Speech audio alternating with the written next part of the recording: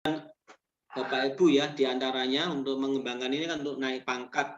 Nah, kelas satunya adalah untuk penulisan artikel populer di publikasi ilmiah yang sampai saat ini menjadi salah satu cara publikasi yang paling mudah. Nah, ini juga dikembangkan, dan Joglo Jateng dengan seperti harapan kami dengan di fasilitasi Joglo Jateng, Bapak Ibu bisa menulis artikelnya di Joglo Jateng yang rencananya nanti akan disampaikan oleh Mas Gigi, bisa terbit setiap hari Bapak Ibu kecuali hari Sabtu dan Minggu, dan ini harapan kami kegiatan ini bisa dimanfaatkan oleh Bapak Ibu sekalian untuk mendukung kegiatan pengembangan diri Bapak Ibu sekalian. Demikian yang dapat saya sampaikan untuk kegiatan ini, kegiatan tatap online-nya di sini mulai hari ini dan besok. Kemudian untuk pada kegiatan pembimbingan maupun diskusi di chat grup mulai hari ini juga sampai hari Minggu Bapak Ibu. Jadi monggo nanti bisa dimanfaatkan untuk kegiatan ini, dan untuk daftar hadirnya Bapak Ibu nanti akan mengisi link daftar hadir yang akan dikirim di Joglo dari Joglo Jateng untuk ditulis, diketik atau ditandatangani setiap hari untuk data laporan Bapak Ibu sekalian. Demikian yang dapat saya sampaikan. Ini adalah kegiatan launching pertama kali, kegiatan publikasinya atau penulisan artikel pertama kali di Jawa Tengah khususnya dengan Joglo Jateng, dan nanti Bapak Ibu bisa menggunakan memanfaatkan Joglo Jateng ini untuk media penulisan artikel dimanapun berada Bapak Ibu sekalian. Demikian yang dapat saya sampaikan. Terima kasih dan Assalamualaikum warahmatullahi wabarakatuh. Terima kasih untuk waktunya Pak Setio Nugroho. Ini Pak Setio, mohon maaf, ini Mas Giginya ternyata masih terkendala sama sinyal itu Pak. Bagaimana enaknya ini? Oh gitu, ya dah. Kalau gitu saya yang mengisi pertama enggak apa-apa. Ya, terima kasih Pak Setio. Oke. Bapak Ibu sekalian, terkait dengan penulisan artikel populer, sebelum saya screen materinya, seperti yang sudah saya sampaikan beberapa waktu yang lalu di beberapa kegiatan, ini adalah kegiatan saya yang pertama dengan Joglo Jateng, tapi kalau dengan koran yang lain selain Joglo Jateng ini mungkin yang kesekian kalinya. Jadi mungkin beberapa puluh teman yang di grup sini mungkin sudah biasa lah, jadi tidak perlu ada yang ditanyakan nanti. Barangkali nanti ada beberapa teman yang baru masuk atau istilahnya baru tahu, nanti akan kami sampaikan teknisnya, bahwa nanti untuk pengiriman artikel sudah dimulai sejak beberapa waktu yang lalu Bapak Ibu sekalian. Untuk artikelnya kemarin sudah kami sampaikan terkait dengan artikel seperti umumnya.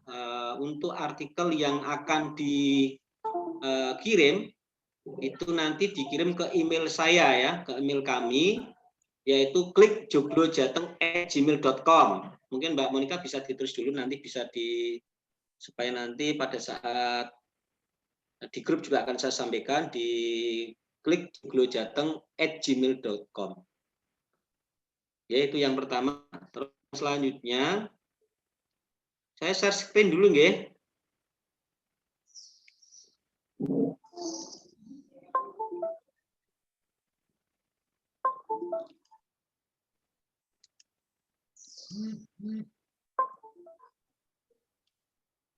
Nah, ini untuk Bapak. Mbak Monika, ini direkam enggak? Ya, direkam Pak. Aman direkam. Nah, ini saya memasukkan dulu aja yang artikelnya dulu untuk yang kemarin saya sampaikan di beberapa kegiatan saya. Untuk Bapak Ibu, Mbak Monika sudah kelihatan ini present apa? Sudah Pak, aman, terlihat. Aman, nggih. Aman. Ini nanti kalau ada Bu Vina, saya dikoreksi nggih. Saya dikoreksi tambahnya kalau ada informasi. Bapak Ibu, bagaimana sebenarnya kiat menulis artikel artikel dan memenuhi angka kredit yang disyaratkan. Ini ada tambahan PTK, ini boleh saja nih, salah satu hasil penelitian adalah PTK Bapak Ibu sekalian. Mungkin yang belum kenal saya, ini saya Setion Nugroho, ini saya Pemret redaksi Jurnal Widya Mandiri dan penggerak Klik Bervisi. Saya masih Ketua ISPI Kabupaten Demak, juga Wakil Ketua Ikatan Pustakawan Indonesia IPI Kabupaten Demak, Ketua Bidang Penalaran IGI Provinsi Jawa Tengah. Kalau untuk prestasi ya perlu saya omongkan karena ini bukan kapasitas saya untuk menjelaskan, ini hanya contoh saja lah. Oh ya, publikasi ilmiah Bapak Ibu masih ingat ya, ada 10 publikasi ilmiah di aturan buku 4, yaitu presentasi di forum ilmiah, kemudian hasil penelitian, tinjauan ilmiah atau best practice, kemudian tulisan ilmiah populer. Yang kasih saya cetak merah ini yang untuk materi hari ini ya, tulisan ilmiah populer. Yang barangkali sampai saat ini masih menjadi primadona Bapak Ibu. Saya mencatat masih banyak Bapak Ibu yang stagnan di kenaikan pangkat di golongan 4A, tidak bisa naik pangkat sampai saat ini, mungkin ribuan di Indonesia. Itu salah satu permasalahan yang paling mencolok adalah tentang bagaimana cara mempublikasi ilmiah. Kebetulan kalau di Demak ini saya juga tim penilai ya, angka kredit guru SMA di Demak ini kebanyakan untuk dari ratusan guru yang golongan 4A itu sekitar di Demak itu ada sekitar 180-an ya, itu rata-rata masih 4A itu mentok, memang di situ hanya 4A karena belum ada publikasi ilmiahnya, sehingga terganjal di situ belum bisa naik pangkat. Padahal sebenarnya dengan publikasi ilmiah, menulis di tulisan ilmiah populer itu adalah kesempatan yang paling mudah dan bisa digunakan. Yang kelima itu adalah artikel ilmiah Bapak Ibu.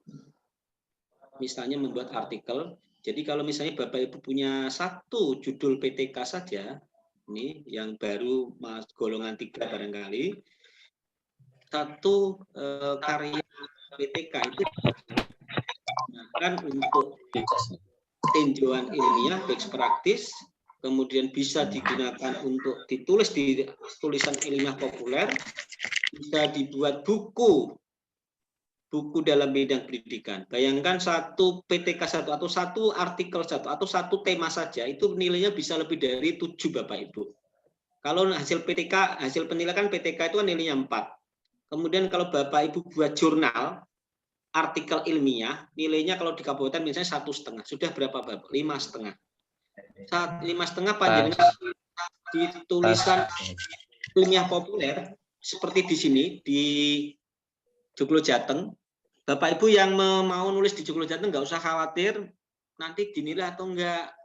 Banyak pertanyaan seperti itu di mengemuka bahwa aturan suatu koran atau yang menerbitkan suatu tulisan ilmiah populer itu memang diantaranya adalah harus ber-ISSN.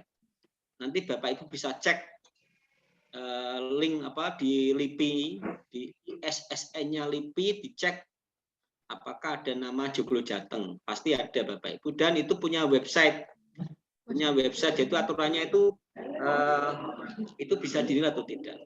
Untuk Joglo Jateng, mungkin Mbak Monika sama Mas Gige, itu kalau tulisan ilmiah di populer di Joglo Jateng itu setara dengan tulisan di provinsi, ya. Provinsi ya. Maka nilainya adalah 1,5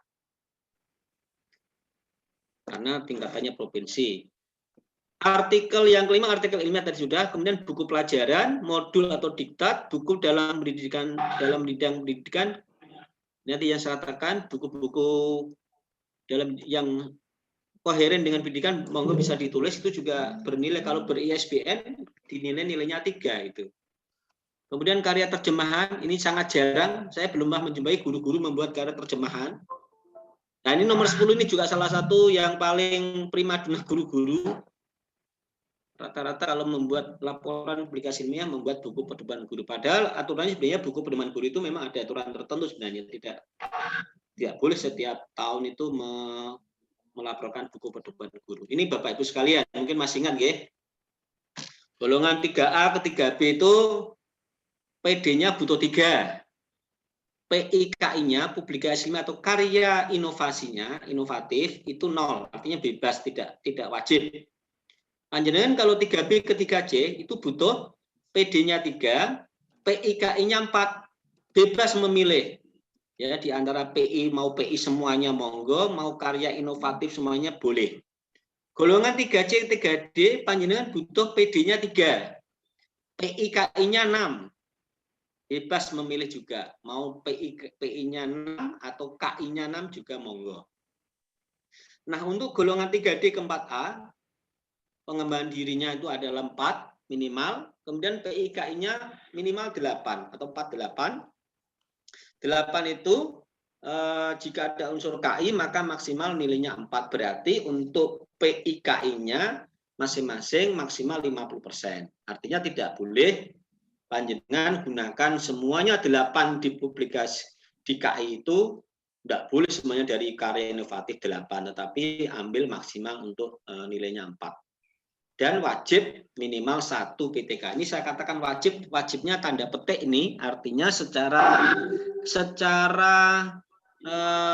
implisit itu memang secara eksplisit tidak disebutkan harus PTK, tetapi kebanyakan memang minimal adalah 1 PTK. Kalau di provinsi penilaiannya juga wajib 1 PTK.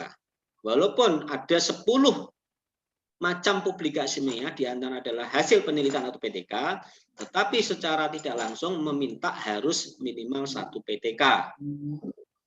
Kemudian 4A ke 4B, PD panjenengan pengembangan dirinya nanti adalah 4, kemudian PIKI-nya 12. Ya, artinya maksimal untuk karya inovatifnya itu adalah 6 atau 50%-nya dari total 12 minimal. Nah, ini untuk Pak A ke Pak B nanti minimal 1 PTK dan 1 artikel jurnal ISSN. Tadi kebetulan tadi saya juga mengelola jurnal sendiri, UMK nanti dengan FKIP juga ada, silahkan nanti bisa dimanfaatkan untuk teman-teman yang mau maju ke 4B nanti. Untuk jurnalnya nanti bisa jurnalkan di tempat kami atau jurnal-jurnal yang ada di UMK. Nanti juga lewat kami juga boleh. Kebetulan di sini juga ada pengelola jurnal tadi yang katakan teman saya sendiri, Bu Vina Fakriyah, FKIP UMK Kudus. Kemudian untuk 4B 4C, nah ini 4B 4C bukan urusan lagi tim Pak Kabupaten. 4B ke 4C sampai ke 4E itu nanti urusannya dari kementerian, Bapak Ibu sekalian. Butuh 4 PD, 4B ke 4C, kemudian publikasi ilmiah atau karya inovatifnya adalah 12, sama dengan 4A ke 4B atau 4B ke 4C juga sama. Jadi 4, 12, minimal 1 PTK dan 1 artikel jurnal ISS. Dan kalau 4C ke 4D itu PD-nya 5 dan PIKI-nya 14. Juga minimal atau maksimal 7 untuk KI-nya atau karya inovatif. Untuk keterangan hasil penelitian minimal 1 PTK, 1 artikel jurnal ISSN, 1 buku pelajaran Bapak Ibu atau buku pendidikan. Bapak Ibu kalau memang punya biasa menulis buku pelajaran, yaitu dimanfaatkan. Kalau tidak punya atau belum punya niat membuat buku pelajaran, ya monggo membuat buku pendidikan beri ISBN. Caranya gimana? Mudah sekali Bapak Ibu. Bapak Ibu bisa membukukan dari hasil penelitian Bapak Ibu atau artikel, kumpulan artikel Bapak Ibu juga bisa dibuat untuk buku ber-ISBN. Jadi sekarang barangkali tidak ada yang sulit sebenarnya. Kalau memang ada kesempatan waktu, masa kerja kita masih cukup, mengapa tidak kita sampai ke 4E. Kalau ada lagi 4F ya 4F ya, misalnya seperti itu. Itu walaupun mungkin ada sebagian orang mengatakan buat apa naik pangkat, ya tidak berpengaruh besar terhadap finansial properti atau profit yang diterima. Bukan seperti Bapak Ibu, tapi kenaikan pangkat adalah bagian dari pengembangan diri, kepuasan akademik yang itu memang bagian dari kinerja kita. Itu penting. Alhamdulillah untuk di Demak ini saya lihat semangatnya teman-teman yang golongan 3 itu, teman-teman muda ini sudah mulai luar biasa naik pangkat, pengen cepat naik pangkat. Ada yang sudah 2 tahun juga ada, 3 tahun maksimal minimal itu juga ada. Jadi diaturannya di buku diaturannya menaik pangkat 2 tahun juga bisa Bapak Ibu sekalian. Saya ambil contoh saya sendiri jawabin Bapak Ibu. Saya naik pangkat saya itu golongan 4A itu kemarin Oktober 2019 pakai Pak 2018 naik pangkat. Insya Allah untuk tahun ini naik pangkat lagi untuk 4B, okay? 4B. Jadi saya CPNS saya 2007, berarti rata-rata 2 tahun sekali naik pangkat itu. Alhamdulillah, artinya itu ya bagian dari kinerja kita bersama. Itu contohnya saja, ini hanya motivasi, tidak ada maksud untuk sombong atau apapun sama sekali. Dan memang nggak perlu disombongkan. Bapak Ibu yang merasa, wah saya pengen naik pangkat cepet-cepetan di sekolah, nggak perlu buat apa. Yang penting itu kita jalani saja, kita lakukan sesuai dengan tupoksi tugas kita supaya kita lebih tahu. Nah ini syarat penilaian untuk golongan 3D ke atas, barangkali untuk sekitar review saja. Untuk publikasi yang berbentuk diktat, yang pertama karya terjemahan atau tulisan ilmiah populer itu paling banyak 3 buah Bapak Ibu dalam satu rentang penilaian angka kredit. Nah sementara yang kedua, ini yang kedua buku pedoman guru yang sering dibuat Bapak Ibu itu dibuat paling banyak 1 buah untuk setiap periode penilaian angka kredit. Misalnya Bapak Ibu naik pangkat ke golongan 3D ke 4A, berarti kan sudah hanya sekali membuat 1 buku pedoman guru misalnya. Kemudian yang ketiga, penulisan laporan penelitian maksimal 2 laporan per tahun. PTK itu maksimal 2 kali Bapak Ibu karena 1 semester 1. Jadi tidak mungkin Bapak Ibu membuat PTK 1 tahun itu membuat 4 PTK. Tidak mungkin Bapak Ibu. Jadi itu 1 semester 1. Untuk Bapak Ibu yang mungkin PTK-nya barangkali membuat PTK secara realnya mulai periode April 2020 sampai sekarang harusnya menggunakan PTK daring Bapak Ibu. Jadi tidak mungkin membuat PTK offline. Okay. Kemudian yang keempat, karya inovatif itu maksimal 50% dari angka kredit. Ini untuk syarat penilaian ya, nanti Bapak Ibu yang mau naik pangkat 3D ke atas itu. Nah, sekarang saya mengerucut pada materi hari ini. Nanti saya mengambil secara umum saja sambil saya sangkut pautkan dengan materi intinya, tetapi untuk intinya nanti diambil oleh Mas Gigi selaku pimpinan redaksi Joglo Jateng. Apa sebenarnya artikel ilmiah populer Bapak Ibu? Artikel ilmiah populer itu adalah tulisan yang dipublikasikan di media massa. Boleh di koran, boleh di majalah, atau media online yang punya alamat web resmi. Kebetulan untuk koran Joglo Jateng ini juga mempunyai website, dan ada media online-nya, Mbak Monika? Ada Pak. Ada online-nya juga kita. Artinya website Bapak Ibu bisa melihat tulisan-tulisan itu juga ada di website itu.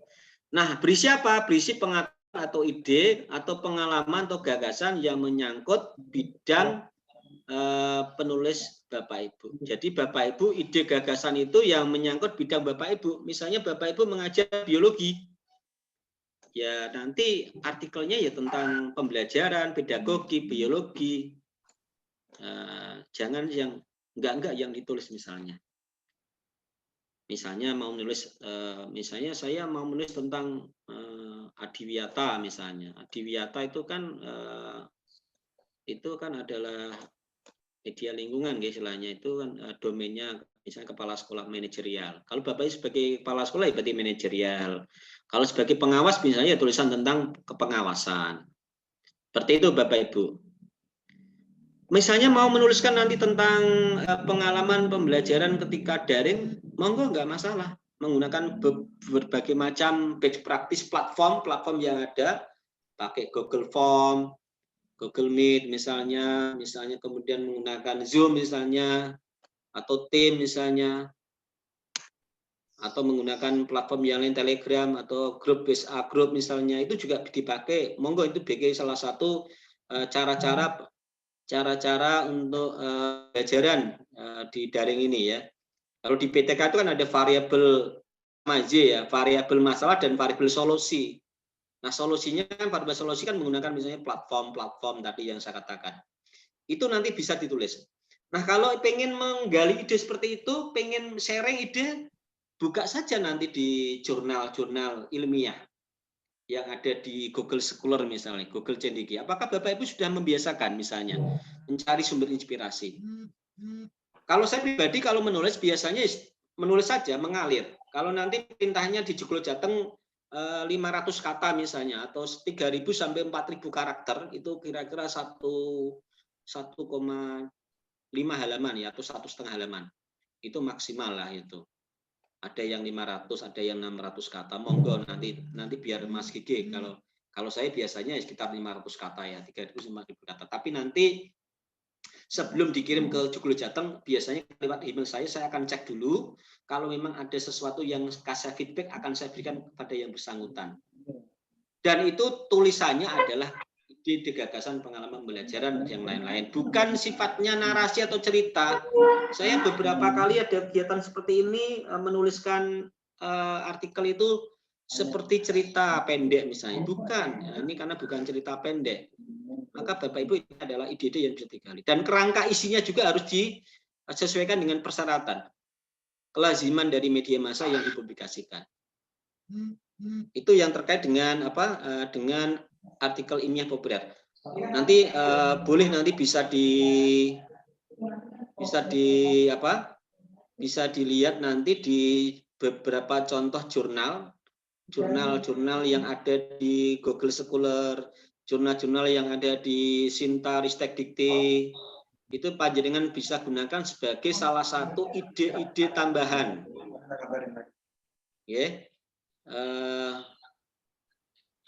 Itu ide-ide tambahan yang bisa digunakan untuk ide-ide tambahan untuk menambah materi.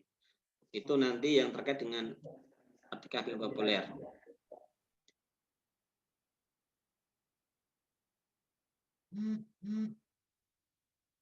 Angka kreditnya Bapak Ibu. Angka kredit untuk koran provinsi atau setingkat kabupaten itu adalah artikel ilmiah di bidang pendidikan formal dalam pembelajaran dalam satuan pendidikan yang dimuat di mass media di tingkat provinsi atau kabupaten. Dan media tersebut itu mempunyai alamat website resmi, itu nilainya adalah 1,5 ya Bapak Ibu sekalian ya, 1,5. Jadi koran-koran nasional kalau kabupaten 1,5 atau provinsi, kalau nasional 1,5. Kalau koran nasional misalnya mau nembus di di koran Kompas maupun juga misalnya koran-koran nasional yang terbit itu monggo menulis opini atau artikel. Nah, ini yang saya gunakan untuk laporannya nanti Bapak Ibu jangan lupa karena di sini ada proses pelaporan, nggih.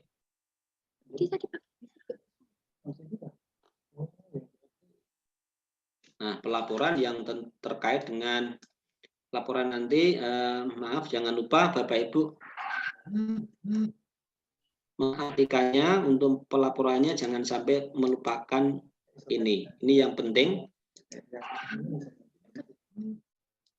Untuk bukti fisiknya, pelaporannya itu guntingannya nanti tulisan dari media massa yang Bapak Ibu tulis tadi, nanti dapat pengesahan dari kepala sekolah. Hard copy-nya nggih.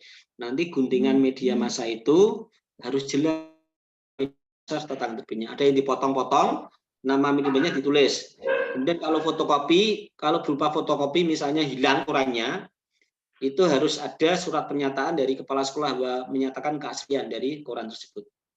Jika tulisan Bapak Ibu dimuat dalam media massa online misalnya, itu juga harus di print out. Bukti fisiknya juga lengkap, juga sama. Bukti yang buat terbit tanggalannya, digital resmi mananya itu juga sama. Itu untuk hard copy-nya. Ke depan barangkali kalau nanti menggunakan penilaian EPUB ya, rencananya kalau nanti jadi EPUB di Microsoft Teams itu nanti semuanya pakai soft copy itu pasti Bapak Ibu menyiapkan link-link berkasnya yang akan di-scan ya. Itu juga nanti persiapan nanti ke depan ya. Nah, jika media massanya atau koran Bapak Ibu koran olehnya ya dikirimkan korannya. Kalau online misalnya. Ya. Itu terkait dengan soft copy. Nah, jika terbit di media massa cetak, scan koran yang memuat artikel panjenengan lengkap dengan nama media masanya dan tanggal terbit pemuatannya. Jangan lupa juga ada scan bukti pengesahan dari kepala sekolah. Ini untuk bukti fisik Bapak Ibu, artikel koran panjenengan dinilai atau enggak itu ada beberapa aturan. Ini aturan idealnya nggih Bapak Ibu. Nah, untuk artikel ilmiah populer yang dapat dinilai PAK itu tadi saya katakan harus sesuai dengan tupoksi Bapak Ibu. Kalau Bapak Ibu sebagai guru ya berkaitan dengan pedagogik, dengan pembelajaran Bapak Ibu sebagai kepala sekolah berarti berkaitan dengan manajerial kepala sekolah, kemudian Bapak Ibu sebagai pengawas, Bapak Ibu berkaitan dengan link pengawasan. Nah, untuk artikel Bapak Ibu, mapel tema artikel ya harus dengan mapelnya. Misalnya ada unsur pembelajarannya yang harus disampaikan kepada peserta didik atau siswa. Selama ini yang saya lihat untuk artikel populer ilmiah ini, seperti itu Bapak Ibu, harus menyebutkan juga minimal satuan pendidikan Bapak Ibu tertulis, kemudian wajib mencantumkan ini kutipan pakar dari buku atau website, maksimal 25% Bapak Ibu. Jadi kutipan, misalnya Bapak Ibu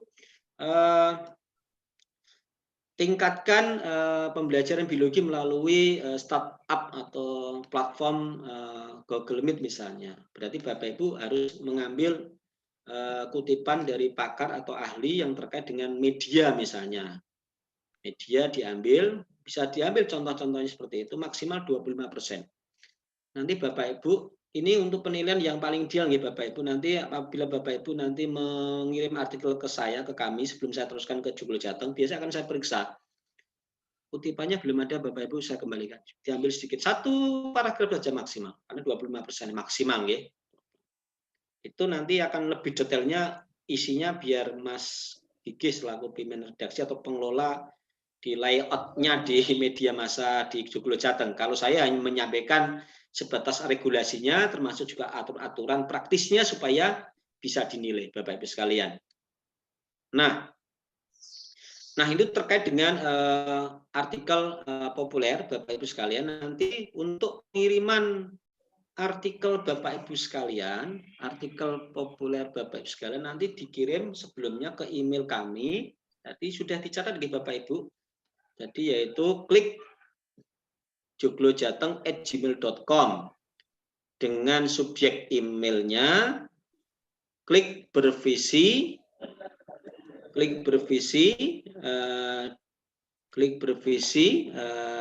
nama panjenengan gitu. Nanti akan saya tuliskan di grup saja, tidak apa-apa. Itu yang terkait dengan pengiriman. Batas pengirimannya, mungkin Bapak Ibu sekalian, batas pengiriman dari artikelnya nanti, karena ini rencananya kami koordinasi dengan Joglo Jateng itu terbit setiap hari, maksimal 5 artikel katakanlah, berarti setiap harinya ada 5, harapan kami ya bisa selesai lebih awal atau lebih cepat. Ya. Misalnya rentangnya, nanti batasannya biar saya koordinasi dulu dengan Joglo Jateng, sampai bulan apa misalnya, apakah bulan April atau Mei paling batasnya. Semakin cepat semakin baik, artinya itu hanya batas maksimal. Bapak Ibu kalau sudah mengirim artikel lebih awal juga lebih bagus. Itu yang pertama dengan kaitannya dengan artikel ya, penulisan artikel secara penting itu nanti untuk isi pengantarnya nanti biar disampaikan dari Joglo Jateng yang terkait dengan tata aturannya. Tadi secara umum sudah saya sampaikan ya. Untuk yang pertama penulisan artikel itu 3.000 sampai 4.000 karakter. Itu kalau dituliskan word-nya itu, di tulisan word-nya itu minimal 500 kata lah. Maksimal 500 kata itu sekitar 3.000 sampai 4.000 karakter tulisannya. Dan tulisannya bukan tulisan cerita atau apa, tapi tulisan ide-ide atau gagasan Bapak Ibu yang didukung oleh data-data yang mendukung barangkali. Mengalir saja menulis Bapak Ibu, menulis seperti biasa, Bapak Ibu nggak usah membayangkan menulis kok susah. Menulis kok susah itu kalau tidak dilaksanakan. Yang penting Bapak Ibu coba dulu menulis sampai mentok nggak ada ide. Udah itu aja, mumpung tulisannya jelek nggak apa-apa, ditulis aja. Di depan laptop silakan tulis. Saya mau ambil tema tentang X. Tentang X saya tulis terus. Jadi nanti untuk anatomi artikelnya, itu domainnya Joglo Jateng, anatomi artikelnya mulai pendahuluan, kemudian kutipan, kemudian kesimpulan atau menandaskan itu akan disampaikan secara gamblang oleh Mas Gige ya. Nanti saya belum tahu Mas Gige sudah bisa masuk belum nih Mbak ini nanti. Sudah Pak ini Pak. Oh sudah nanti tambahannya seperti itu. Nanti untuk karena ini kemarin ini juga satu kegiatan 2 pelaporan, yaitu penulisan artikel populer itu masuk di publikasi ilmiah, kemudian di laporan pengembangan diri. Karena ada kegiatan laporan pengembangan diri, PD berarti Bapak Ibu manfaatkan sebaik mungkin. Menurut saya ini sudah cukup bagus ini, jadi ada penulisan artikel dan ada pengembangan diri di tulisan publikasi di laporan PD-nya nanti. Jadi sertifikat 32 jam itu nilainya 1. Bapak Ibu juga menulis artikel, kalau menulis 2 artikel berarti sudah nilainya 3. Sudah dapat nilai 4 ya. 4 nilainya 4, lumayan itu Bapak Ibu sekalian ini ya, itu bisa dimaksud. Itu secara umum ya untuk artikel yang bisa saya sampaikan. Nanti untuk ekspor permasalahannya bisa kita lanjut sambil diskusi, termasuk apa-apa saja yang perlu disiapkan. Dokumen fotonya ya Mbak, jangan lupa nggih. Untuk dokumen foto-fotonya di screen nanti untuk laporan, bisa nanti digunakan untuk laporan. Itu yang dapat saya sampaikan sementara ini, awal ini untuk kegiatan ini. Kemudian nanti biar dilanjutkan dengan tanya jawab atau nanti mau dilanjutkan oleh Mas Gigi, karena Mas Gigi tampaknya juga mengisinya hari ini jatahnya ya. Beliau untuk besok tidak bisa, nanti besok kalau saya lanjutkan dengan pengembangan materi yang terkait dengan cara mudah menulis artikel. Demikian yang dapat saya sampaikan terkait dengan materi. Nanti kalau dilanjut dengan tanya monggo. Assalamualaikum warahmatullahi wabarakatuh. Saya tutup dulu. Mau ya, bertanya boleh Pak? Oh boleh ya, beliau lewat dari moderator Bu, monggo. Ya, terkait untuk kenaikan pangkat dari itu kan ini, untuk ini dari Bumi Kulsum. Monggo Bu Umi. Terkait untuk kenaikan pangkat itu kan untuk 3C ke 3D itu kan 3 PD dan 6 PI atau KI. Untuk publikasi ilmiahnya itu kalau kita mau membuat karya ilmiah populernya 4 boleh enggak Pak? Atau harus ada PTK-nya? Panjenengan 3D ke 4A nggih? 3D ke 3D. 3C ke 3D, nggih. 3C ke 3D. Tadi sudah saya sampaikan nggih, 3C ke 3D itu panjenengan butuh 3 minimal pengembangan diri, kemudian PI KI-nya minimal 6. Panjenengan bebas memilih di PI-nya mau 6 nggih monggo, di KI atau karya inovatifnya 6 juga boleh. Tadi Bapak Ibu misalnya PI-nya aku harus nulis tulisan populer kabeh misalnya. Tulisan populer. Kalau di Demak, ini jenengan di dinasnya di Demak nggih Bu, di Lumah Demak nggih? Iya, Demak Mijen. Nah, selama ini untuk publikasi di koran itu, koran itu bagaimana proses penilaiannya? Apakah fine-fine saja atau bagaimana selama ini? Ya, baik-baik saja Pak. Baik-baik. Setahu saya kalau Demak baik-baik saja, nggak ada masalah. Mungkin kalau di daerah lain ada yang satu semester tuh hanya 1 Bu, itu di kabupaten mana ada yang hanya 1 tahun 2 kali. Kalau di Demak kayaknya nggak ada masalah. Apalagi untuk SD, jenengan SD nggih? SD lebih guru SD di Demak itu maaf nggih, ini buat 4B itu bagikan beli kacang ya Bu, banyak sekali. Biasa kalau untuk teman-teman di lingkungan Dikdas itu untuk SD maupun SMP itu kayaknya lebih moderat ya, tidak seperti di SMA mungkin secara umum ya. Itu contohnya itu dimanfaatkan. Monggo Bu bisa menggunakan publikasinya dari koran artikel juga monggo. Misalnya panjenengan ini kan misalnya ikut artikel menuliskan mau 2, berarti kan saya sudah artikel 4 itu ya Pak.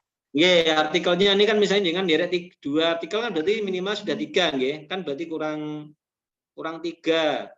Kurang 3 mau diambil lagi menggunakan modul atau diktat atau misalnya mau menggunakan apa tadi buku pedoman guru. Banyak sekali gitu sebenarnya. Atau membuat best practice. Saya nanti ke depan akan ada webinar untuk best practice ini tentang best practice, nilainya 2 tetapi kebanyakan ini juga kurang bisa dimanfaatkan. Padahal tadi ada 10 jenis publikasi ilmiah yang panjenengan bisa manfaatkan. Iya. Ya. Ini adalah panjenengan Kalau mau saya menulis cukup Pak baru 2 Pak. Iya, baru 2 PI yeah. tahun kemarin PAK-nya Pak sudah dinilai. Oh, sudah. Terus ini tinggal 2. Oh, 32. Berarti sudah. Karya ilmiah. Oh, nggih. Kalau 3J ketiga tadi tidak ada aturan harus PTK atau enggak, belum wajib. Nanti aja kalau jenengan mau ke 4A misalnya. Tapi jenengan ini ada beberapa cara sebenarnya yang digunakan, menggunakan artikel ilmiah, tulisan ilmiah boleh tadi saya katakan, atau hasil penelitian, atau mungkin panjenengan membuat best practice atau buku pedoman guru juga bisa dimanfaatkan. Atau modul atau diktat itu ya Pak? Oh nggih, modul atau diktat juga bisa. Ada aturannya. Walaupun aturannya memang modul atau diktat saya katakan nggih. Untuk modul atau diktat itu paling banyak 3 buah dalam satu periode kenaikan pangkat. Ini prakteknya di lapangan masih berbeda-beda di masing-masing daerah untuk aturan seperti ini. Ini masing-masing daerah juga berbeda. Gitu Bu Umi Kulsum, monggo. Nggih, matur suwun, Pak. Mbak Monika, monggo Mbak Monika. Terima kasih Bu Kulsum untuk pertanyaannya kepada Pak Setio. Mungkin ada lagi yang mau bertanya gitu dari ibu-ibu yang lain? Ada? Atau bapak-bapak? Ya, atau bapak-bapak yang lain. Ini Mas, ini pesertanya sebagian besar ini ya sudah biasa ikut kegiatan bareng-bareng dengan kami juga mungkin, jadi sudah biasa. Barangkali ini yang kadang-kadang jadi persoalan itu bagaimana nanti untuk penulisan artikel populer. Nah, tadi Joglo Jateng sudah menjawab Bapak Ibu sekalian. Ini adalah pertama kali dan Joglo Jateng bisa memfasilitasi, jadi bisa untuk alternatif yang lain selain koran-koran yang lain Bapak Ibu. Kalau di Demak biasanya yang kita gunakan itu pakainya adalah Jawa Pos dan Jateng Pos ya, sebagai Jateng Pos juga ada. Kalau ini ada variatif nggak ada masalah. Ini pada dasarnya adalah ini bagian dari pengembangan kita bareng-bareng tulis populer ini. Bapak Ibu sekalian, saya itu kalau untuk supaya ini ada informasi ya, nggih, untuk guru-guru SMA barangkali, untuk teman-teman yang mau maju ke 4B ya, memang saya sendiri memang kemarin diminta dari Dinas Provinsi supaya lebih selektif dan lebih hati-hati, artinya ya harus sesuai dengan aturan, ya harus ada satu hasil penilaian PTK ya harus ada, bukti fisiknya harus ada. Kemudian jurnalnya juga ada misalnya gitu. Karena kalau sewaktu-waktu ada beberapa daerah tuh disidak Bapak Ibu oleh BPKP itu tentang kenaikan pangkat. Kenaikan pangkat yang kadang-kala itu ada beberapa masalah itu pada saat proses penilaian ya. Bapak Ibu aturan itu memang dipakai ketika Bapak Ibu nanti mengajukan kenaikan pangkat melalui pak tahunan dari sekretariat ke provinsi katakanlah untuk SMA ya. Kemudian di provinsi nanti akan dimasuk di PKD Jawa Tengah misalnya. Nah, sebagai ujung tombak terakhir nanti akan dimasuk di kantrek regional Yogyakarta. Itu untuk terakhir untuk penentuan lolos tidaknya. Seperti itu kalau di SMA atau SMK seperti itu. Kalau di SMP atau SD, Dikdas itu kan masuknya kewenangannya untuk yang sampai 4B itu kan wilayahnya dari kabupaten masing-masing daerah. Nah, itu monggo itu adalah contoh-contoh proses periodisasi untuk proses penilaian kenaikan pangkat, dan ini memang kompleks Bapak Ibu sekalian prosesnya ini, dan masih perlu untuk saling mendukung, dan alhamdulillah kami bisa bareng-bareng dengan Bapak Ibu untuk bisa bersama kami untuk menaikkan pengembangan diri kita supaya lebih maju lagi. Kalau naik pangkat itu kan bagian dari efek samping sebenarnya Bapak Ibu. Efek samping lah sebenarnya. Efek samping. Ada yang bilang naik pangkat golongan 4 nanti malah pajaknya lebih tinggi. Itu juga ada beberapa hal seperti itu. Itu kan paradigma yang sebenarnya tidak perlu, karena kita naik pangkat itu kan bagian dari awal kinerja kita. Bagaimana kita berkiprah di sekolah, mengembangkan pembelajaran, mengembangkan penulisan, penelitian barangkali yang masih perlu. Kalau perlu kita berkompetisi dengan di luar sekolah kita dengan ikut lomba. Ikut lomba karena ini juga banyak penilaian di sekolah penggerak, guru penggerak, asesor penggerak misalnya, dan itu salah satu hal yang diutamakan kegiatan-kegiatan untuk mendukung ke depan. Dan ini butuh bareng-bareng kita. Mari kita tidak boleh malu.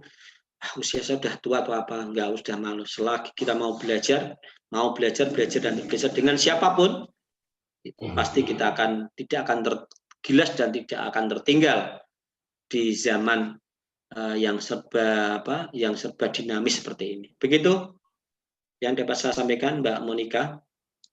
Oke, waktunya. Terima kasih Pak Setio. Ini Mas Gigi sudah hadir di sini. Untuk waktunya Mas Gigi, silahkan Mas Gigi selaku dari BIMRAK Joglo Jateng. Ya, suara saya kedengaran, Mbak ya? Kedengaran Mas. Oke. Nanti saya pakai suaranya ini, tetapi screen-nya pakai yang Zoom saya gitu. Mohon maaf ini karena ada error di speaker saya. Mas Wadi mungkin screen-nya diarahkan ke saya ya. Ke yang namanya Gigi Firmansyah. Ini sudah diarahkan Mas Gigi. Sudah. Oke. Sudah Mas Gigi.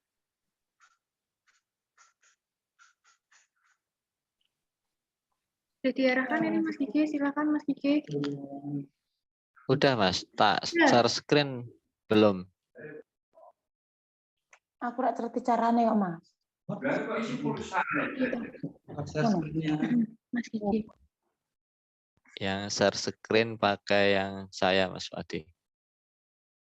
Mbak mudah.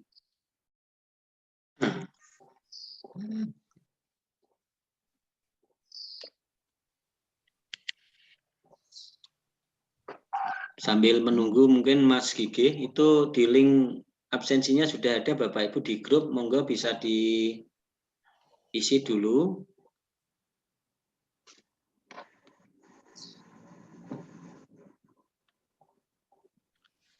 Oke, udah bisa.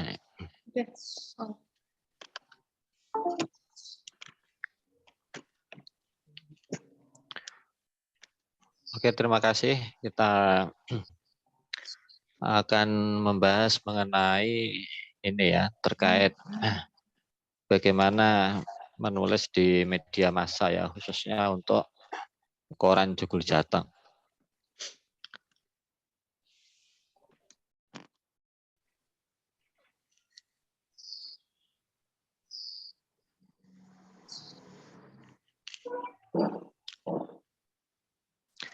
Jadi ini kita motivasi diri kita masing-masing, motivasi saya sendiri juga bahwa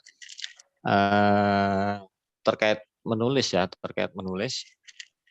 bahwa sejak dulu sampai sekarang yang ditinggalkannya yang dapat kita warisi, yang dapat kita pelajari pemikirannya itu rata-rata adalah dari karya-karya mereka.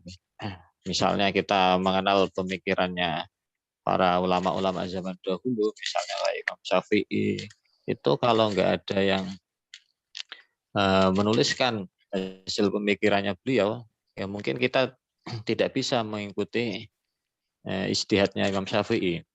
Itu juga dengan tokoh-tokoh dunia yang lain ya. filsuf-filsuf misalnya kayak Aristoteles, Plato dan lain, kenapa pemikirannya sampai sekarang masih bisa dipelajari?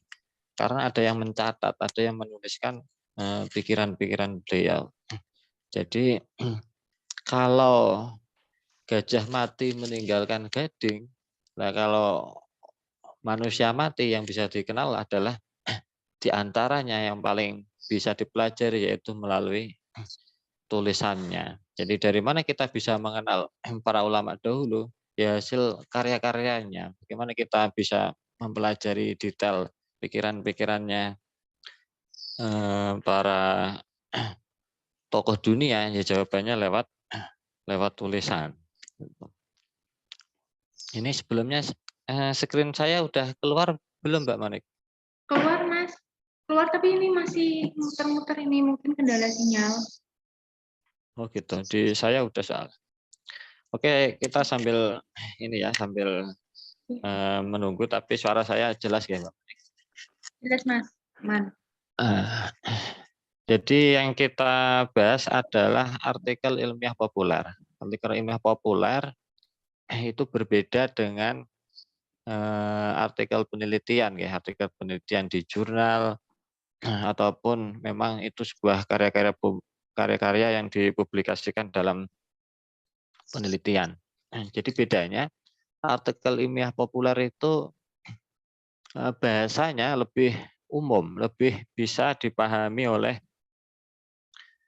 oleh masyarakat secara luas gitu. Maka bahasa di artikel ilmiah populer memang harus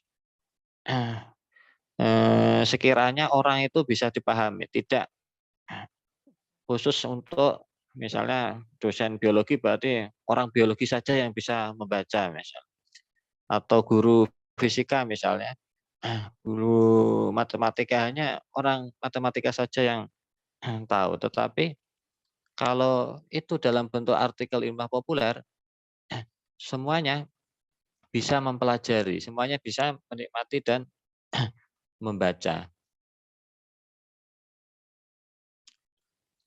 Nah, di dalam artikel ilmiah populer itu sebetulnya hampir sama secara struktur itu, yang namanya artikel ilmiah hampir semuanya sama secara strukturnya. Cuman yang membedakan adalah dalam artikel ilmiah populer secara strukturnya lebih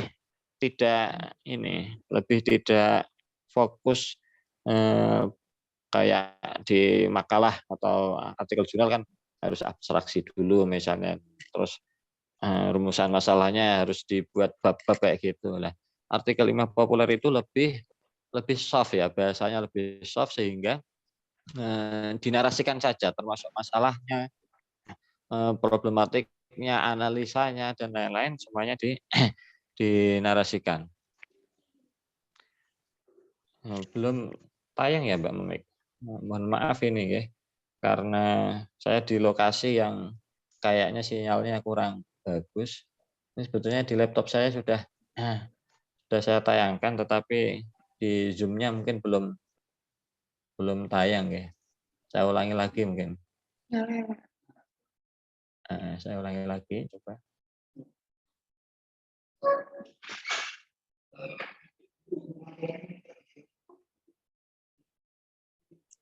Ini sudah kelihatan, Mas DJ?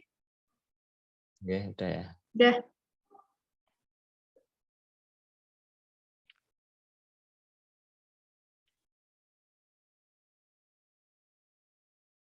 Saya ulangi lagi sebentar, bahwa bahasa di artikel ilmiah populer itu karena sasarannya adalah masyarakat luas, jadi bahasanya tidak sekaku bahasa artikel jurnal ya, artikel ilmiah yang tujuannya untuk diposting atau dikirim ke jurnal. Jadi bahasanya lebih umum karena populer ya, sasaran masyarakatnya adalah masyarakat luas karena dipublikasikan di koran atau media massa. Nah, dalam menulis artikel ilmiah populer dan segala tulisan apapun sebetulnya, yang ketika tulisan itu mau menarik, itu pertanyaannya apa yang Anda tawarkan untuk membaca. Jadi ketika orang mau membaca tulisan jenengan, itu kira-kira dapat inspirasi gitu, atau ada hal yang berbeda dengan tulisan-tulisan orang lain, atau ada sesuatu yang baru di situ.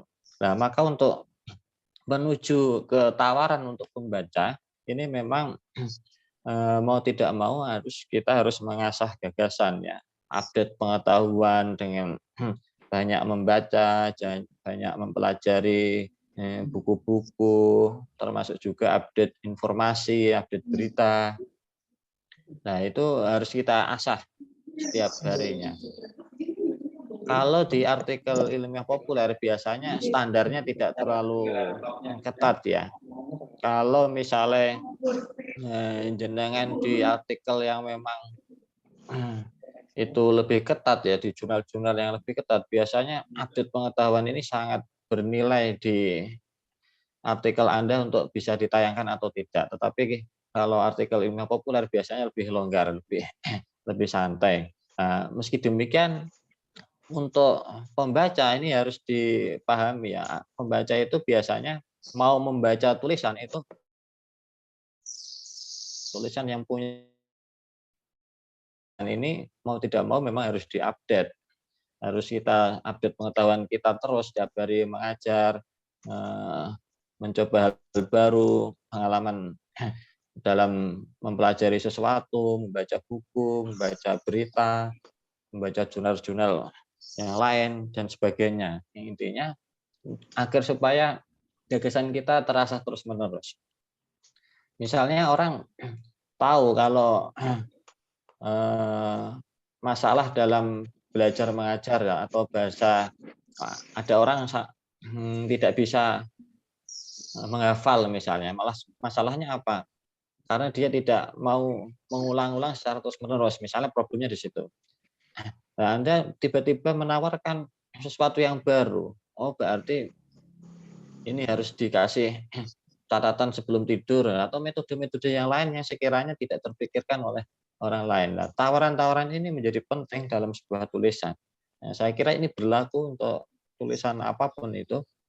Jadi tawaran untuk pembaca, ide kita di situ yang mau kita tuangkan itu mempunyai posisi yang sangat penting dalam tulisan. Nah, ini sudah menuju ke tulisan ya. Tulisan tentu di format apapun ya, di tulisan apapun, bahkan fiksi sekalipun itu tetap membutuhkan yang namanya pendahuluan, apalagi tulisan ilmiah. Nah, pendahuluan isinya adalah latar belakang kenapa tulisan itu penting atau kenapa jenengan nulis masalah itu. Nah, maka pendahuluan isinya yang pertama harus ada latar belakang masalah ya. Latar belakang ini muatannya bisa macam-macam. Bisa ada gap antara teori dengan kenyataan. Misalnya teorinya kalau orang mau mengulang-ulang dia biasanya bisa hafal. Tetapi kenyataannya ini orang sudah mengulang-ulang pelajaran ini sampai lebih dari 3 kali tapi kok belum bisa-bisa. Nah, ini berarti ada masalah di sini. Masalahnya di apa gitu. Atau ada benturan antara fakta dengan fakta yang lain. Atau teori dengan teori yang lain. Teori ini nggak harus ketat kayak teoritik kayak di artikel jurnal ya. Kalau latar belakang masalah di artikel ilmiah populer biasanya lebih nyantai lah. Gitu. Bisa juga masalah itu berada di sekitar kita. Mungkin pengalaman Bapak Ibu dalam mengajar mungkin itu bisa dijadikan latar belakang masalah, atau isu-isu daerah atau isu nasional yang sedang berkembang di media massa. Misalnya ada fenomena bullying di sekolah mana misalnya yang menyebabkan sampai dia secara mental itu terganggu, atau fenomena bullying di mana. Nah, itu isu-isu yang mungkin beberapa waktu lalu yang sempat trending di media sosial dan media massa ya. Atau bisa jadi soal kebijakan-kebijakan yang akhirnya mempengaruhi proses belajar mengajar, atau pedoman buku dan lain-lain yang sekiranya itu bisa dijadikan problem dalam mengawali tulisan tulisan apapun itu. Saya kira harus ada latar belakang itu sehingga menjadi masalah yang bisa diulas, dibahas, dianalisis, kemudian kita menawarkan solusi di situ. Cuman sekali lagi dalam latar belakang ini nggak harus pakem kayak bikin makalah, bikin tesis, disertasi dan lain-lain, tetapi bisa cari hal yang sebetulnya sederhana. Nanti kita lihatkan beberapa contoh. Ketika sudah menemui atau menemukan problem yang sekiranya mau kita angkat dari beberapa masalah yang sekitar kita, bisa terkait isu, bisa atau pengalaman belajar mengajar juga bisa. Di situ kan biasanya pikiran kita ada banyak ini, apa nih yang mau kita pilih. Nah, pilih satu saja, nggak usah banyak. Pilih satu masalah saja. Di situ pilih masalah yang menurut jenengan paling menarik. Bukan hanya menarik, pilih masalah yang paling jenengan pahami, paling diketahui, sehingga tidak ngawang ya, tidak ambigu, atau masalah itu bisa kita cari tendensinya, cari datanya lewat buku-buku atau publikasi-publikasi yang lain, itu juga bisa. Kenapa hanya satu masalah? Karena kalau kebanyakan nanti tulisannya juga menjadi tidak fokus di situ. Nah, maka saya sarankan masalahnya nggak usah banyak-banyak, cukup satu masalah aja yang terjadi di sekitar Anda atau pengalaman Anda, atau ada gap tadi antara desain sama desolen, hampir sama kayak penelitian gitu, tapi ini agak longgar. Nah, setelah fokus masalah itu kita tentukan salah satu saja yang kiranya paling menarik, kiranya paling diketahui, kemudian masalah itu dijelaskan. Nah, penjelasan masalah itu bisa diperkuat dengan data ya, dengan pemberitaan media massa bisa, misal dengan pendapat para ahli atau dari pengalaman jenengan untuk mengulas masalah itu, atau pengetahuan-pengetahuan yang lain, baik itu dari karya-karya buku dan lain sebagainya. Ini untuk menjelaskan sebetulnya bahwa Anda memilih masalah yang di sebelumnya tadi saya sebutkan ya, artinya masalah itu supaya lebih fokus saja. Ini agar tulisan ini nanti tidak ngambang ke mana. Nah, kemudian setelah masalah itu dijelaskan ya, dengan dikuatkan dengan data-data, dengan keterangan, penjelasan para ahli dan lain-lain, baru selanjutnya masuk ke proses analisa dalam masalah tersebut. Nah, analisa ini macam-macam. Anda boleh menggunakan teori yang berkaitan dengan masalah itu yang jenengan pahami, atau mengutip pendapatnya teoritis saja. Nah, bedanya dengan teori, ini teorinya memang agak struktur dan ini biasanya digunakan dalam penelitian ilmiah, tetapi dalam artikel ilmiah itu agak longgar. Anda cukup boleh menampilkan inti pokok dari pendapatnya seorang ahli teoretikus untuk menganalisa dalam sebuah masalah yang jenengan angkat. Ada kalimat apalah atau pendapatnya siapa, yang pendapat itu memuat yang sekiranya bisa digunakan untuk analisa sebuah masalah. Ini mungkin di penilaian guru-guru mungkin ini berpengaruh di situ ya. Tetapi kalau di kita sebetulnya tidak harus menggunakan itu, dengan logika yang benar, dengan analisa logika yang benar itu sebetulnya sudah cukup. Tetapi biasanya yang namanya karya ilmiah itu tetap harus menggunakan mengutip teori, biasanya kayak gitu. Ya, ini mungkin menjadi penilaian khusus yang mungkin tadi sudah disinggung oleh Pak Setio, bahwa pengutipan teori itu menjadi bahan untuk penilaian. Kalau saya pribadi sebetulnya logika yang benar itu sudah cukup, karena logika itu juga sebagai perangkat analisis dalam sebuah masalah. Bahkan pengalaman pun itu juga sebetulnya merupakan teori yang belum di teori apa ya namanya, pengalaman logika yang benar itu sebenarnya benih-benih teori sebetulnya, tetapi tidak kuat dalam sebuah analisa penelitian. Tetapi dalam artikel ilmiah populer sebetulnya itu sudah cukup. Tapi kalau kita merujuk ke penilaian yang disampaikan Pak Setio misalnya, itu ya baiknya memang mengutip teori. Baru setelah kita menganalisa tadi, akhirnya kan dari analisa itu timbul menyimpulkan hasil analisa itulah ini juga kita tulis dalam closing di teori itu ya, paragraf kedua sebelum akhir atau paragraf terakhir itu sebenarnya sudah menuju ke kesimpulan-kesimpulan. Nah, baiknya dalam sebuah kesimpulan itu artikel itu memberi pertimbangan atau solusi dalam memecahkan problem yang diangkat sejak awal gitu. Kurang lebihnya isi dari artikel ilmiah populer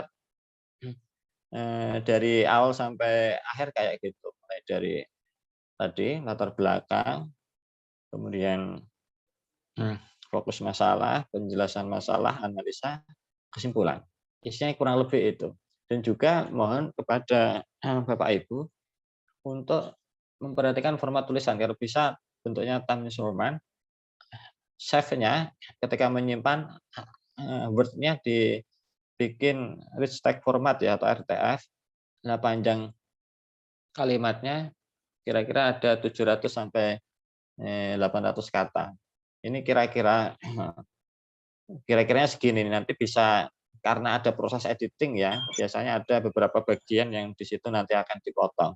Maka ini tulisan ini saya lebihkan sedikit ya, sekitar 700 sampai 800 kata. Di situ juga harus ada nama yang jelas dan juga status dengan misalnya guru apa di sekolah mana misalnya. Ini saya cantumkan beberapa contoh.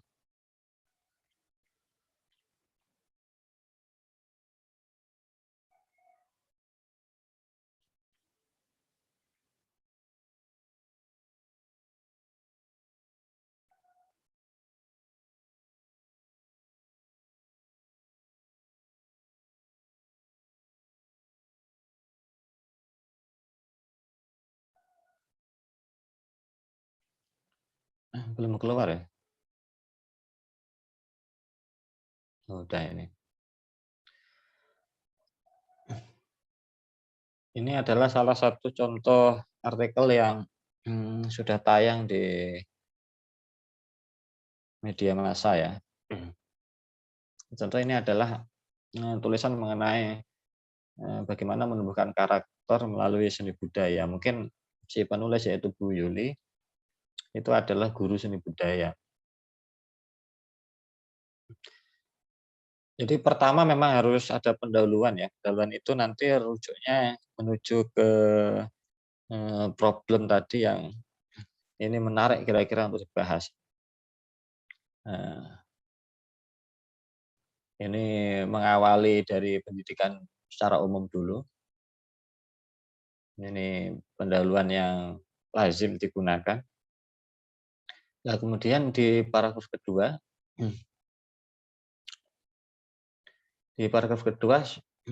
penulis ini mulai merujuk ke problem tadi yang disebut masalah tadi.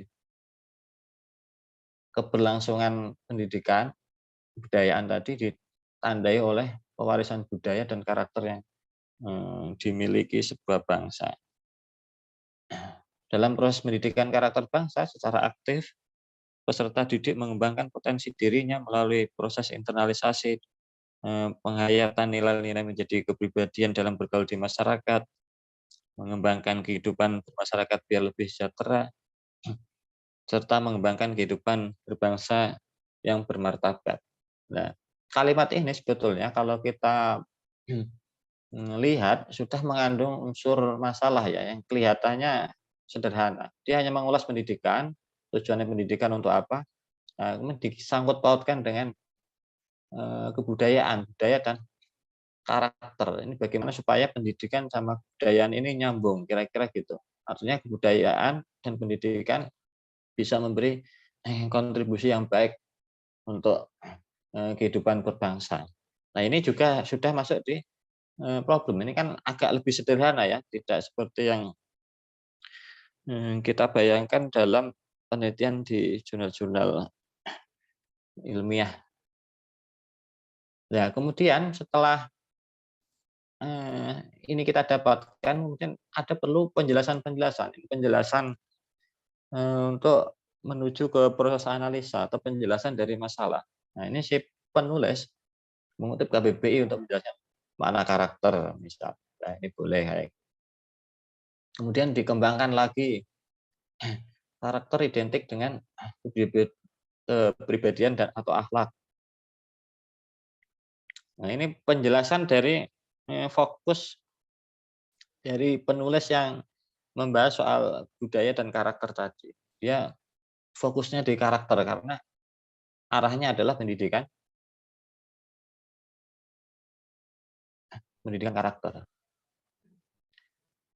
Nah, setelah menjelaskan tentang karakter tadi atau penjelasan masalah, dia mulai menganalisis ya. Di sini ini mulai ada proses analisa di sini. Dari pengertian di atas dapat dipahami bahwa karakter identiknya sehingga karakter merupakan nilai perilaku manusia baik dalam berhubungan dengan Tuhan, dengan dirinya sendiri, sama manusia dan lain-lain. Setelah ada kesimpulan dari penjelasan masalah atau dia menyimpulkan baik itu dituliskan ya nggak apa-apa, mau di pikirannya juga nggak apa-apa. Kemudian ini yang dikaitkan dengan hal-hal yang ada di sekitar penulis ya. Dia misalnya mengajar mata pelajaran pendidikan seni budaya di sekolah. Nah, dia jelaskan di sini. Nah, tentu disandingkan dengan tujuan atau penjelasan dari karakter sebelumnya.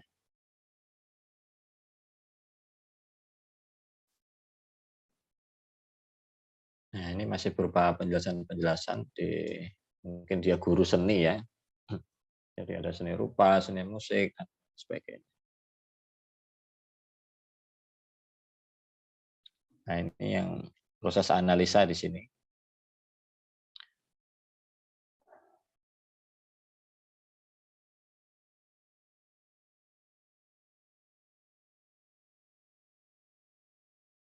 Nah, proses analisanya ini cukup panjang. Kebetulan ini artikelnya cukup lumayan panjang. Ada 2 halaman lebih ini ya. Nah,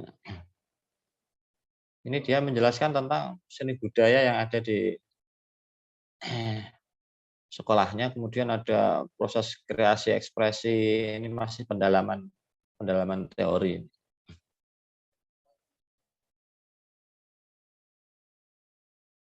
Nah, kemudian dicontohkan yang lebih sederhana, ada seni drama dan seni pantomim. Ya, kemudian baru ke arah kesimpulan.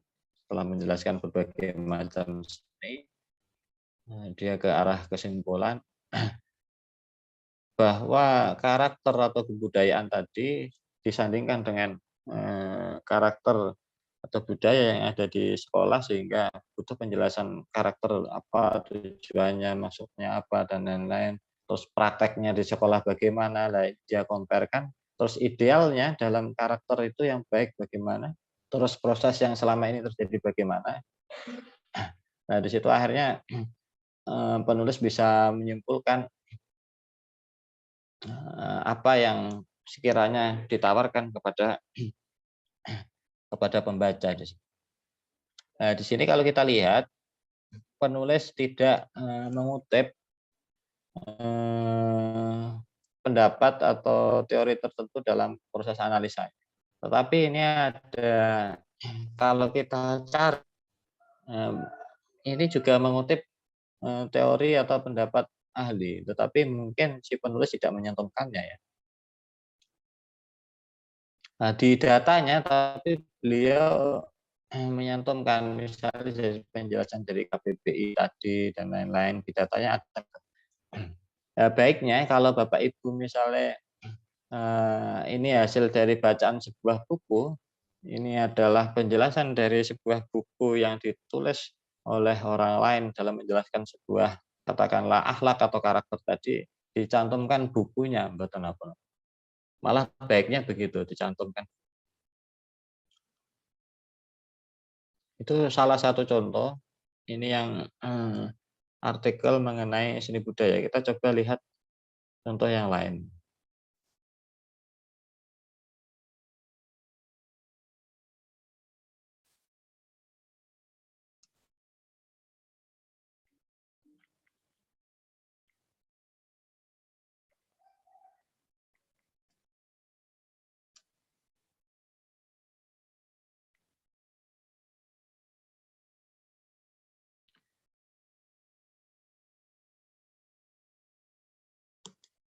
Ini ada artikel lagi misalnya EGP memudahkan peserta didik menulis cerita pendek. Nah, ini mungkin guru ini ya, guru bahasa Indonesia mungkin.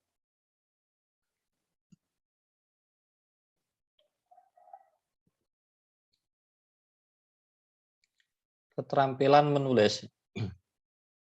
Nah, ini problemnya sudah dijelaskan sejak awal, Bapak. Ya, mengawali tentang idealnya menulis,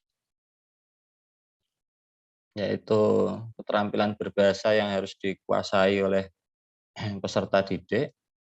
Nah, penulis langsung menyebut ini ada problem, yaitu peserta didik cenderung sulit dalam menuangkan ide. Dia punya pikiran, tetapi untuk menuangkan ide tersebut dalam tulisan ini masih sulit gitulah. Ini problem juga. Nah, maka harus ada kompetensi yang diatur dalam metode pembelajaran di situ. Maka paragraf berikutnya penulis mulai mengutip penjelasan-penjelasan mengenai kompetensi dasar dalam mapel yang dia ampu untuk peserta didiknya. Ini dia mengutip Permendikbud.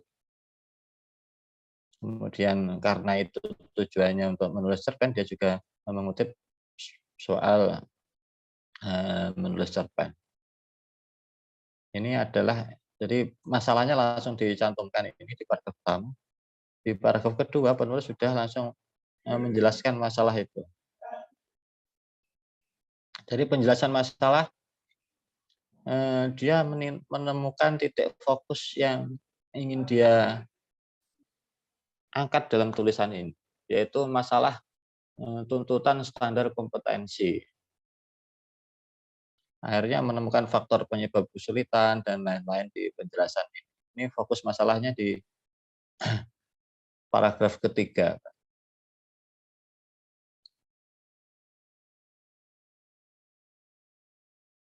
Nah, ini prakteknya, pengalamannya dia misalnya dalam mengajar dan lain-lain, bahwa keterampilan nulis ini upaya sudah dilakukan oleh guru dan lain-lain, bahwa metode dalam meningkatkan keterampilan itu sangat pengaruh. Ini sudah masuk di proses analisa. Terus penjelasan analisa.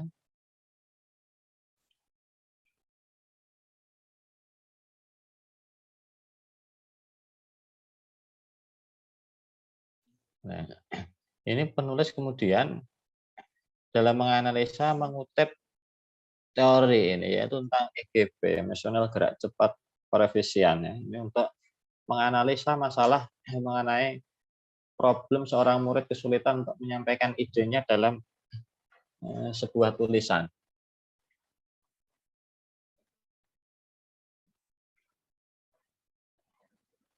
Nah, kemudian ada penjelasan-penjelasan mengenai teori-teori tadi. Emosional adalah yang dimaksud bla bla bla, kemudian gerak cepat yang dimaksud bla bla bla, perefresian yang dimaksud, dan seterusnya. Nah, kemudian rangkaian EGP itu yang memiliki emosi, gerak cepat, perefresian, dan lain-lain ini menurut penulis ini mampu mendongkrak kemampuan peserta didik dalam menulis cerpen. Nah, maka dia menekankan dengan metode itu nanti kalau dijalankan dengan baik, EGP itu bisa memberi pengetahuan, inspirasi, motivasi, dan bekal bagi peserta didik untuk memudahkan menulis cerpen. Berarti artikel ini kayaknya lebih runtut dengan penjelasan yang saya sampaikan strukturnya tadi ya, mulai dari problematika yang diangkat, penjelasan masalah atau penjelasan problem tersebut, kemudian setelah dijelaskan, kemudian mengarah ke proses penjelasan teori-teori. Nah, teori itu disimpulkan sehingga menjadi tawaran bahwa EGP itu bisa memberi pengetahuan, motivasi, inspirasi bagi peserta didik.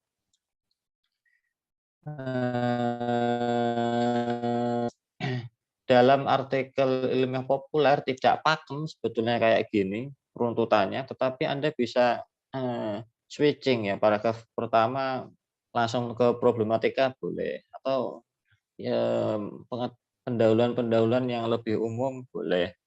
Yang penting adalah strukturnya secara umum sama atau kerangka isinya kurang lebihnya praktek bisa beragam. Saya share sekali lagi soal tulisan yang mungkin berbeda ya.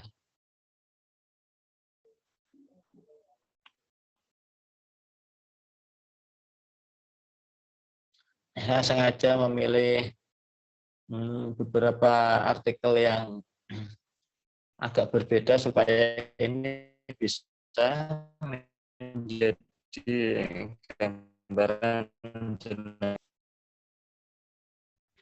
Nah, ini fenomena yang diangkat ini dari sesuatu yang dia amati atau pemberitaan atau di sekitar kita, misalnya di medsos dan lain-lain. Nah, ini misalnya yang diangkat adalah fenomena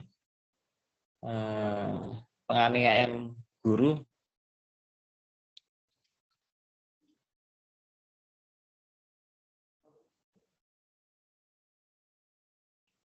Penganiayaan terhadap guru yang dilakukan oleh salah satu siswanya. Ini sempat ramai di media massa. Ini tahun 2019 ya, belum lama. Nah, dia mencoba berangkat dari fenomena-fenomena yang sedang berkembang di masyarakat. Nah, ini masalah yang kayak gini juga boleh. Nah, kebetulan dia seorang guru yang mengamati itu. Nah, ini dijadikan problem dalam tulisannya. Ini bisa. Ini kalau kita lihat datanya, dia langsung menjelaskan masalah yang pertama. Nah, ini keterangan-keterangan di pemberitaan. Masih paragraf kedua, ketiga, sampai paragraf ketiga masih penjelasan keempat. Penulis mulai bagaimana ide sebagai wadah proses. Nah, dia mengutip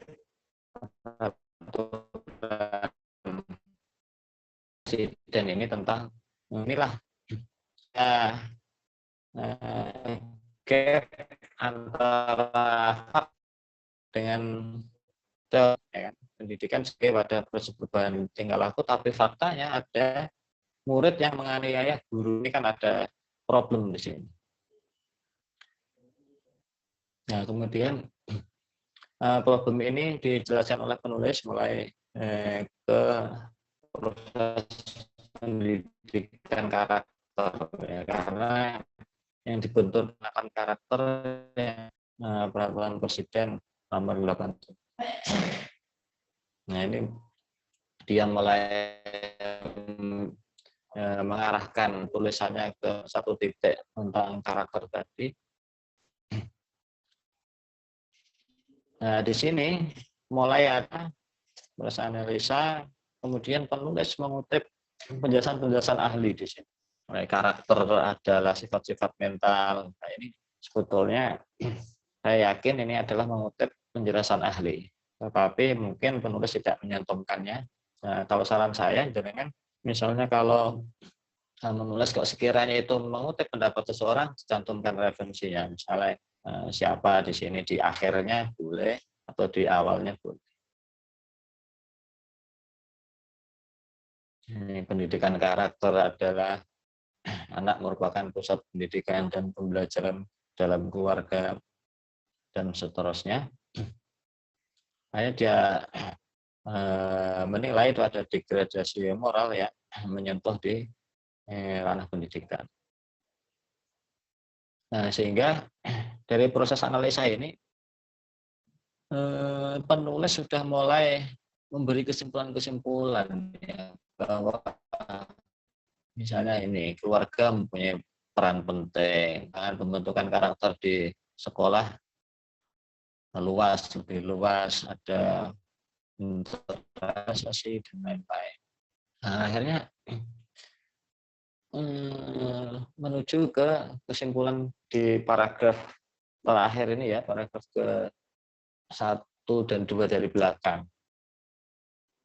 Nah, dari situ strukturnya semuanya sebetulnya hampir sama, cuman ada yang langsung berat ke fakta yang ada di lapangan, dibenturkan dengan idealisme pendidikan.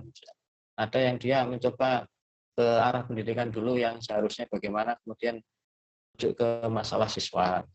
Jadi problem itu tinggal di switching, dibolak-balik, yang sekiranya menurut jenengan cocok bagaimana sehingga runtutan tulisannya baik gitu.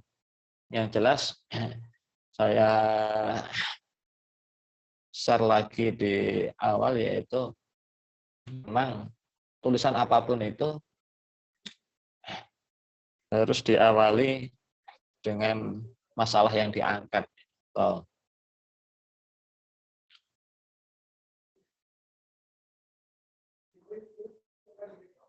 Problem yang jenengan angkat. Latar belakangnya apa?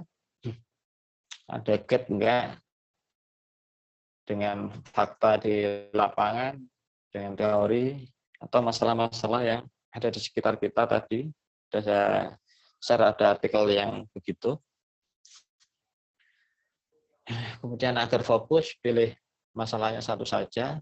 Kemudian dijelaskan dengan diperkuat data-data, pendapat ahli, pengetahuan dari buku, dan lain-lain. Kemudian masuk ke proses analisa dengan teori-teori maupun mengutip pendapatnya teoretikus. Dan dalam menerapkan teori itu tentu butuh logika yang benar ya, agar tidak salah dalam mengepaskan apa ya bahasa, ngepaske teori neng problem biar sama.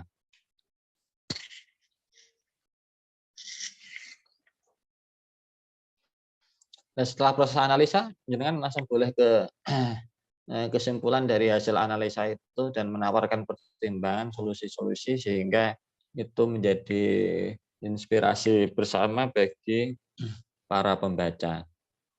Saya kira itu yang idealnya artikel ilmu populer di media massa. Tidak, sekali lagi ini tidak paten ya, tidak runtut kayak makalah ya, bab 1 pendahuluan, bab 2 latar belakang biasanya rumusan masalah, kemudian analisa, tidak pakem kayak gitu, tetapi karena ini bentuknya semuanya narasi yang kalimat terus paragraf dan ini lebih longgar dengan bolak-balik monggo, tetapi idenya atau kerangka pikirannya kurang lebih seperti itu. Itu sementara yang dapat saya sampaikan, Mbak Monik. Barangkali mungkin ada penjelasan saya yang kurang atau mungkin kurang berkenan atau bagaimana. Monggo Bapak Ibu bisa menanggapi. Enggak, silakan Bapak atau Ibu, kalau ada yang mau dipertanyakan, silakan kepada Mas Gigi. Terima kasih. Dengan Bapak siapa ini? Dengan Pak Rohani. Oh, Pak Rohani, silakan Pak. Assalamualaikum warahmatullahi wabarakatuh. Waalaikumsalam. Ibu yang saya hormati, wabil khusus Bapak Gigi, ya, Pak Setia. Terima kasih. Tadi paparannya praktis sekali, jelas sekali. Ya, mudah-mudahan ini menjadi motivasi kita untuk menulis. Ya, insya Allah penjelasannya simpel dan mudah dipraktekkan Pak Gigi. Tapi Iya, Pak, makasih. ya ini tadi contoh-contoh yang dua contoh juga mudah dipahami Pak Gigi. Iya, Pak. Yang saya tanyakan ini Pak, untuk sistematikanya ya, itu tadi termasuknya simpel juga Pak ya, dari pendahuluan, kemudian lagi yang isinya latar belakang Pak ya, kemudian analisa, kemudian kesimpulan. Secara garis besarnya ada tiga bagian Pak ya. Ya, saya minta sekali lagi Pak Nyun Sewu, ya, ini untuk tiga bagian tadi yang sudah dinarasikan dalam bentuk alinea 1, alinea 2, alinea 3 dan seterusnya sudah itu mempermudah sekali. Saya minta diulangi sekali lagi Pak. Nyun Sewu. Matur nuwun. Yang contoh nggih. Nggih. Assalamualaikum warahmatullahi wabarakatuh. Waalaikumsalam.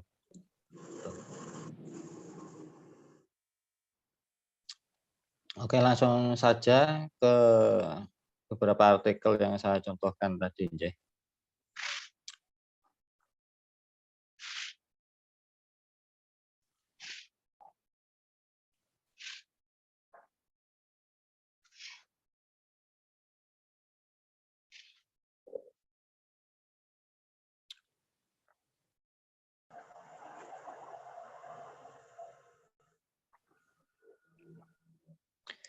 Ini misalnya saya contohkan di artikel yang judulnya Implementasi PPK melalui lingkungan yang berpendidikan. Yang pertama dalam artikel tentu pendahuluan. Pendahuluan itu bisa langsung dengan ke problem, ke masalah, atau pendahuluan idealnya pendidikan bisa. Yang penting di dalam pendahuluan atau latar belakang itu sekiranya ada masalah yang diangkat. Nah ini penulis artikel ini pertama menyebut ada atau kejadian di Manado bahwa ada guru dianiaya oleh siswanya. Secara sederhana gini, dunia pendidikan ada kejadian penganiayaan. Padahal pendidikan idealnya adalah di situ tempat untuk belajar, untuk proses perbaikan karakter, perbaikan akhlak, dan seterusnya. Nah, boleh paragraf pertama kedua ini penulis langsung menjelaskan masalah dan kronologinya. Ini boleh model kayak gini boleh, dengan kayak gini juga boleh. Dan ini tidak paten, tidak harus kronologi atau kejadian yang ada di media massa. Ya. Misalnya jangan ambil fakta-fakta di sekitar Anda juga boleh, misalnya pengalaman dalam proses belajar, atau bersinggungan hasil diskusi dengan guru yang lain, metode belajarnya kok beda dengan yang saya terapkan misalnya. Atau itu adalah berita-berita di media massa kayak gini ya juga boleh. Yang penting itu ada masalah di situ, ada gambaran yang kita jelaskan. Nah, proses penjelasan masalah ini kadang-kadang tidak cukup hanya 2 atau 3 paragraf. Nah, ini 1, 2, 3 paragraf masih menceritakan kronologi kejadian. Nah, kemudian pada paragraf keempat, nah ini baru menjelaskan tentang bagaimana seharusnya pendidikan. Jadi ini yang saya sampaikan ini berarti di materi saya ini termasuk ada gap antara kenyataan dengan teori. Bahwa pendidikan harusnya sebagai wadah proses perubahan perilaku dan lain sebagainya. Nah, tetapi di satu sisi ada masalah di lapangan bahwa kok ada murid kok menganiaya seorang guru misalnya. Nah, ini kan ada gap ini, ada problem di sini. Jadi problem yang dimaksud tidak melulu itu kejadian yang menghebohkan ya, tetapi bisa ada gap antara kenyataan dan kenyataan yang lain, kenyataan dengan teori. Teorinya kan ini, pendidikan menjadi wadah proses perubahan tingkah laku. Atau teori dengan teori yang lain dibenturkan juga bisa menjadi problem, menjadi masalah.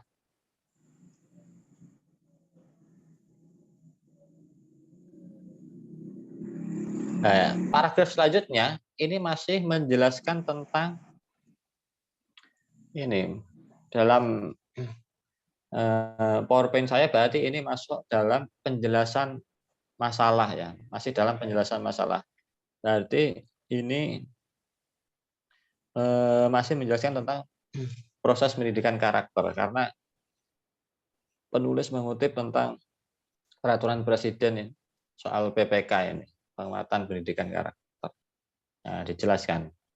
Ini masih dalam rangka penjelasan masalah. Nah, di paragraf selanjutnya, penulis nampaknya masih berupaya menjelaskan idealnya pendidikan karakter. Nah, ini masih dalam proses penjelasan ini. Dasarnya anak dilahirkan dalam keadaan bersih dan suci dan seterusnya.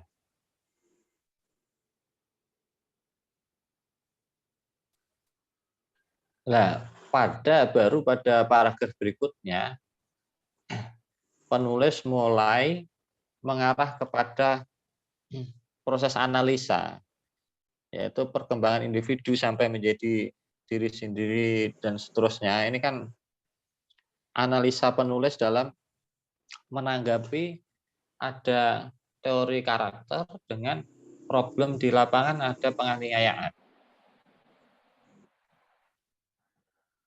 Akhirnya dia menjelaskan mengenai karakter itu apa sih, bla bla bla, ini sudah masuk di proses analisa dan dia mengutip pendapat ahli ini sesungguhnya penjelasan karakter, penjelasan pendidikan ini kan pendapat ahli ya.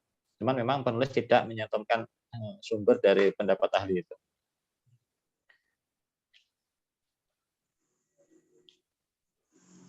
Nah, di paragraf berikutnya juga ini masih dalam rangka proses analisa ya.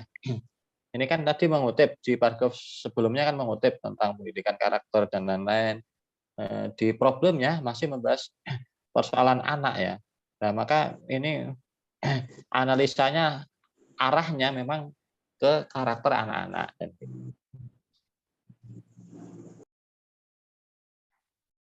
Nah, ini proses analisa. Dan proses analisa itu dia mengutip beberapa pendapat ahli mengenai penjelasan tentang karakter dan pendidikan karakter. Kemudian ini masih dalam rangka analisa ya, degradasi moral. Ini kan tentu hasil dari perbandingan tadi antara pendidikan karakter, ada masalah berarti di situ ada degradasi moral. Nah, kemudian si penulis mengutip penjelasan-penjelasan dalam analisa, ini masih proses analisa, betapa pentingnya faktor keluarga di situ dalam membentuk karakter anak ya. Maka dia mengutip mengenai anak-anak.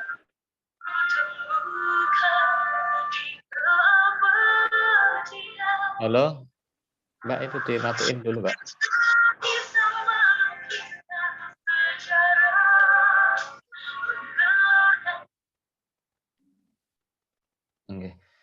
Jadi saya lanjutkan, ini masih dalam kerangka proses analisa ya. Jadi analisa itu memang kadang tidak cukup 1-2 paragraf dalam menjelaskannya. Contoh tadi, di situ ada orang yang amoral ya, seorang siswa yang menganiaya guru. Padahal pendidikan idealnya dia justru membuat karakter seseorang bagus. Dia menjelaskan tentang teori pendidikan karakter, mengutip peraturan perpres tentang pendidikan karakter. Akhirnya dia menemukan titik-titik di mana di situ ada degradasi moral. Solusinya dia menawarkan harus ada faktor-faktor yang turut berperan di situ, macam-macam. Nah, si penulis mulai menyantumkan di situ ada peran keluarga, terus pembentukan karakter di lingkungan sekolah bagaimana, dan seterusnya.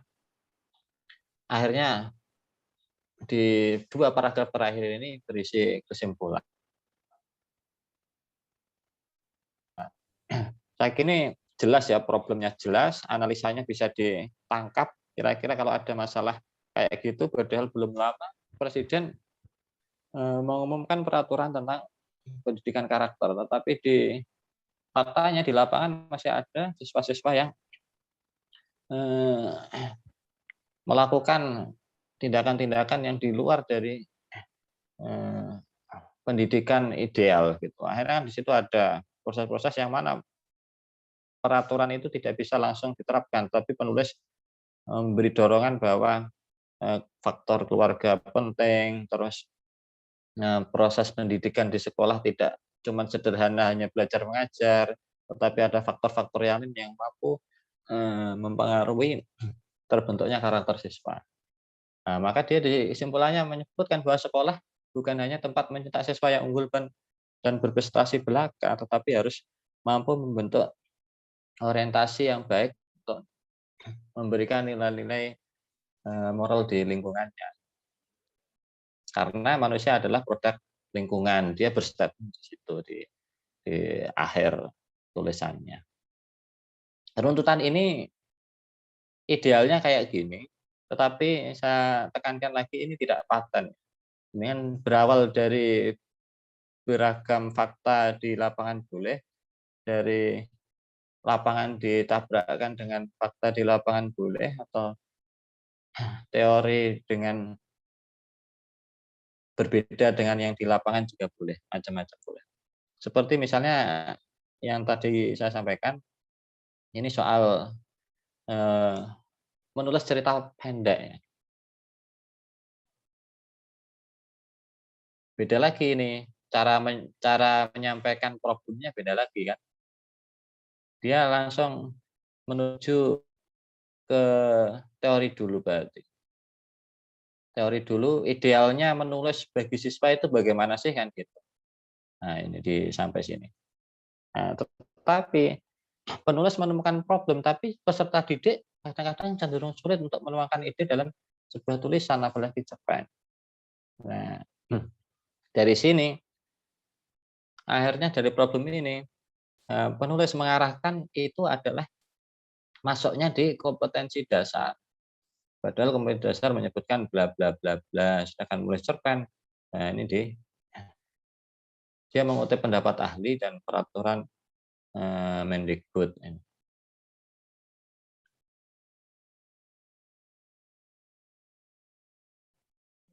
Nah, dari sini dia menjelaskan ini masalahnya. Beberapa masalah menunjukkan tuntutan diperlukan metode pembelajaran untuk mengatasi masalah-masalah yang dihadapi peserta didik. Terus faktor-faktor kesulitannya apa, berbagai upaya yang dilakukan guru bagaimana. Nah, ini masih sampai sini masih penjelasan masalah.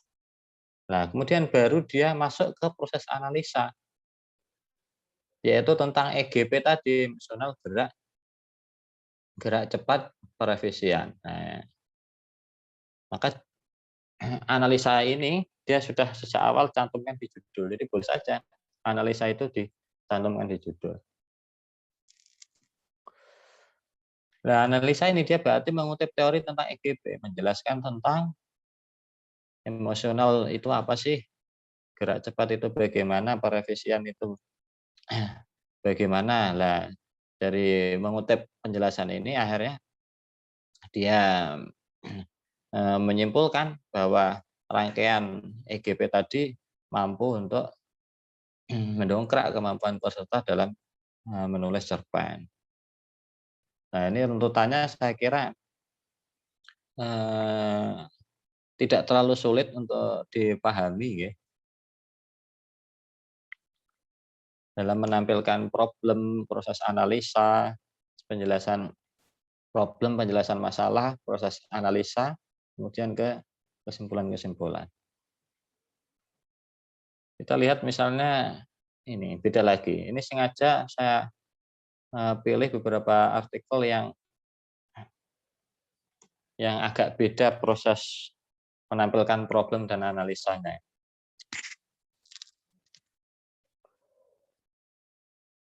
Ini judulnya menumbuhkan karakter melalui seni budaya. Barangkali beliau ini guru seni budaya, maka yang ditulis adalah persoalan seni budaya. Karena salah satu syarat masalah yang paling baik itu menurut saya, pilih masalah yang jenengan paling tahu di situ, yang paling paham di situ, yang sekiranya masalah itu enggak sulit ketika kita memahami. Baiknya memang masalah-masalah yang di sekitar kita aja. Nah, ini cara menampilkan problemnya, dia nyebut idealnya dulu. Ini yang saya sebut teori ya. Teori maksudnya tidak harus teoritis, ini teoritikus siapa mengatakan, enggak harus. Nah, pendidikan yang ideal ini kan adalah teori. Nah, kemudian dijelaskan, sangkut pautkan dengan masalah kebudayaan, budaya dan karakter. Nah, ini sebetulnya paragraf 1 dan 2 ini sudah mengandung problem, sudah mengandung problematika. Meskipun problemnya tidak wow kayak proses di artikel yang sebelumnya tadi yang soal penganiayaan, tapi dia membenturkan antara pendidikan yang ideal dengan keberlangsungan pendidikan itu melalui budaya dan karakter. Nah, ini sudah bertemu ini antara teori dengan teori. Tadi dia membandingkan teori dengan teori. Nah, ini juga latar belakang masalah atau problematik. Nah, kemudian dari problem itu mulai menjelaskan, dia masalahnya dijelaskan. KBBI, karakter itu apa sih? Nah, terus karakter identik dengan akhlak. Nah, ini masih penjelasan masalah. Akhirnya dia menemukan fokusnya di sini. Dari pengertian tersebut dapat dipahami bahwa karakter identik dengan akhlak sehingga bla bla bla. Nah, dalam proses penjelasan masalah itu, dia sudah menemukan kesimpulan dari teori berbanding teori.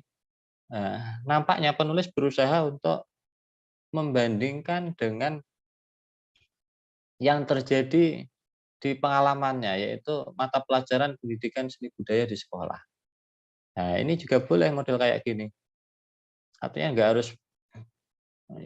harus paten itu teori-teori besar. Nah, ini disandingkan tadi termasuk teori yang besar ya, teori umum ya. Terus dibandingkan dengan kejadian-kejadian, fenomena atau pengalaman yang dia lakukan ketika mengajar. Ya, ada proses pendidikan seni budaya, terus pembelajaran seni budaya yang dirancang berbasis aktivitas. Nah, ini pengalaman-pengalaman dia mengajar atau panduan-panduan tentang pelajaran yang dia ampu. Nah, di sini setelah itu proses kreasi dan ekspresi melalui ranah seni tertentu. Nah, ini sebetulnya dia sudah mengutip teori, mengutip pendapat ahli dalam mengurai masalah yang dia utarakan. Nah, cuman memang di sini tidak dituliskan teorinya siapa dan lain-lain.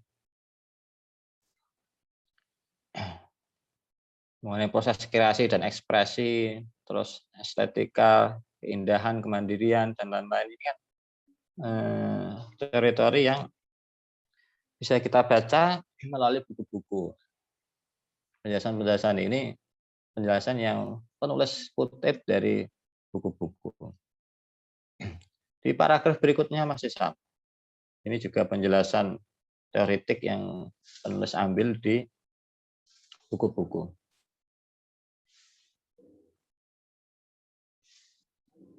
Nah, setelah menemukan teori yang sekiranya pas untuk menganalisa masalah yang dia utarakan dan data-datanya diambil dari buku-buku, akhirnya penulis bisa menyimpulkan dari uraiannya yang dia cantumkan sebelumnya dengan kebinekaan, bisa memiliki titik-titik beragam-beragam dan seterusnya, akhirnya bisa menyimpulkan mengenai pentingnya pendidikan seni budaya di sekolah dalam menumbuhkan karakter peserta didik. Gitu. Memang ini ya, menulis itu kelihatannya kerangkanya sederhana. Dan memang kerangkanya di mana-mana seperti itu. Tetapi kreativitas dalam mengembangkan problem itu kayak gini. Analisa itu prosesnya bagaimana. Ini memang keterampilan seseorang ini beda-beda. Dan saya tidak ingin membatasi plek harus seperti salah satu artikel ini, tetapi yang saya pilih artikel-artikel yang memang beragam sehingga jenengan bisa mengira-ngira, artinya saya enaknya ikut yang model gimana ya gitu. Tetapi pokoknya dalam struktur artikel itu sama. Ada masalah yang diangkat, terus masalah itu dijelaskan sehingga titik temu masalahnya dapat. Kemudian masuk ke proses analisa, analisanya macam-macam, bisa analisa dari pengalaman, dari macam-macam, ngambil buku, teori, untuk menjelaskan, mengurai problem itu, kemudian baru masuk ke kesimpulan-kesimpulan. Kurang lebihnya itu Bapak yang saya sampaikan. Monggo Mbak Monik, mungkin ada yang ingin disampaikan yang lainnya. Terima kasih Mas Kiki untuk penjelasannya. Mungkin teman-teman lain, Bapak atau Ibu lain ada yang mau bertanya lagi? Mas Gigi, sebentar. Tadi mungkin kelupaan Mas Gigi untuk perlu template apa untuk foto yang akan ditempelkan sebagai identitas nanti yang di artikel. Tadi belum disampaikan. Foto. Fotonya lupa saya. Mungkin ambilkan foto Bapak Ibu untuk yang foto-fotoan ya, smile ya. Jangan foto KTP atau foto-foto resmi, janganlah. Monggo lah, tapi fotonya pribadi sendirian, jangan foto bareng-bareng ditampilkan itu misalnya. Oke. Yang sering kelupaan mungkin Mas Bapak Ibu juga sekalian kadang-kala itu menulis artikelnya itu tidak ada identitasnya. Kemudian nama Bapak Ibu atau mapelnya itu, kemudian instansinya itu juga penting. Sambil mengingatkan saja untuk besok pagi akan saya lebih perdalam lagi mengenai hal ini, untuk memperkuat materi yang terkait dengan besok supaya nanti untuk pengiriman artikel sebelum saya atur ke Joglo Jateng itu sudah lebih layak lah, lebih baik lagi. Memang betul Mas Gigi, nanti untuk aturan mengutip itu memang ada aturannya, memang di buku 4 itu juga dijelaskan. Jadi memang menyesuaikan saja untuk barangkali Bapak Ibu memang yang belum ada kutipan ya, karena ini permintaannya aturannya seperti itu, regulasinya ya diatur tetap dilaksanakan saja untuk kutipan-kutipan itu yang maksimal 25%. Gitu Mas Gigi, Mbak Nur. Nggih. Ya, saya tambah sedikit untuk foto, kalau bisa ukurannya yang jangan terlalu kecil sehingga nanti kalau dipasang tidak pecah. Cuman kemarin saya sempat ada kiriman artikel dosen itu fotonya terlalu kecil sehingga kalau diperbesar itu pecah gambarnya. Ya kalau foto HP sebetulnya udah cukup sih. Foto HP udah cukup.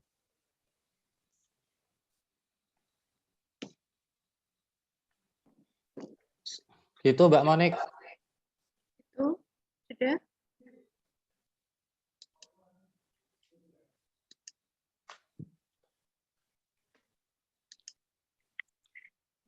Karena ini waktunya udah jam 11 lebih ya, hampir jam setengah 12.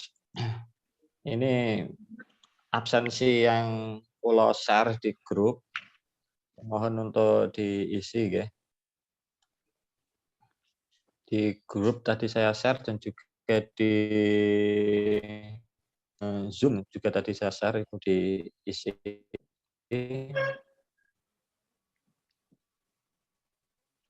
Nah, tadi kayaknya ada yang nanya soal absennya dicentang berapa. Itu kan ada 5 sesi. Nah, silakan jenengan. Yang penting sesi terakhir itu sudah centang semua. Ini diisi 1 dulu atau 2 nggak apa-apa. Nanti di berikutnya dipencet yang sesi-sesi berikutnya. Kalau bisa bareng monggo dipencet bareng, tapi kayaknya pengaturannya saya kurang paham itu. Bisa dipencet bareng atau Mas, satu-satu? itu tergantung itu ada editan tanggal masalahnya, tanggalnya. Berarti itu mungkin untuk tanggal ini berarti tanggal 10 nanti sampai tanggal 14 itu dibuat saja per hari saja, nanti biar Bapak Ibu itu daftar hadirnya biar tiap hari saja sekali saja, 1 hari sekali. Jadi nanti 5 absennya 5 hari gitu nggih. Berarti satu-satu aja gitu. Oke, betul. Nanti daftar hadir itu kelihatannya untuk laporan PD itu ya itu adalah sunnah Bapak Ibu, tetapi biasanya ada juga tim penilai yang istilahnya mempermasalahkan harus ada, karena sebenarnya daftar hadir itu kan domain dari panitia kalau di kegiatan apapun, tetapi biasanya juga dimintakan ada yang tanda tangan atau apa. Itu memang penting Bapak Ibu karena ini itu bisa digunakan. Oh ya, ada tambahan informasi Mbak Monika, Mas Gigi ini karena kita kan kerjasama juga dengan UMK FKIP. UMK itu untuk Bapak Ibu yang mau menjurnalkan, mempublish jurnal baru, prodi PGC pertama yang mau terbit nanti namanya Jurnal Prastasti Ilmu yang akan terbit di bulan ini. Ini masih butuh 3 artikel dari dalam UMK untuk memenuhi komposisi 5 artikel dalam UMK dan 1 dari luar UMK sebagai syarat publish pertama dan sebagai pengajuan ISSN. Monggo nanti jika ada Bapak Ibu yang sudah siap artikelnya untuk bisa dikirimkan ke jurnal tersebut untuk terbitan pertama nanti tidak dipungut biaya alias gratis. Nanti template-nya akan saya linkkan di grup. Ini jurnal yang mau terbit nanti di bulan Maret ini Bapak Ibu. Monggo ini karena jurnal Bapak Ibu nanti kalau mau maju ke 4C, jurnalnya harus lebih selektif nggih untuk menjurnalkan ke 4C itu jurnal-jurnal yang bersinta atau jurnal-jurnal online itu monggo nanti bisa dimanfaatkan. Mumpung ini ada link teman di UMK yang lebih mungkin banyak lagi jurnal-jurnal akan dimasukkan untuk bisa dimanfaatkan oleh Bapak Ibu sekalian. Jadi ini saya mencoba kita kolaborasi dengan pihak LPTK perguruan tinggi dengan pihak media massa yaitu Joglo Jateng. Nah ini jadilah satu tim yang nanti bisa bermanfaat untuk kita semuanya, untuk kita bisa manfaatkan. Mau nulis artikel publikasi 5 di koran Joglo Jateng, mau menjurnalkan di UMK atau di saya, atau nanti hasil-hasil penelitian Bapak Ibu sekalian ini. Ini gitu Mas Gigi, Mbak Monika, tambahan dari saya.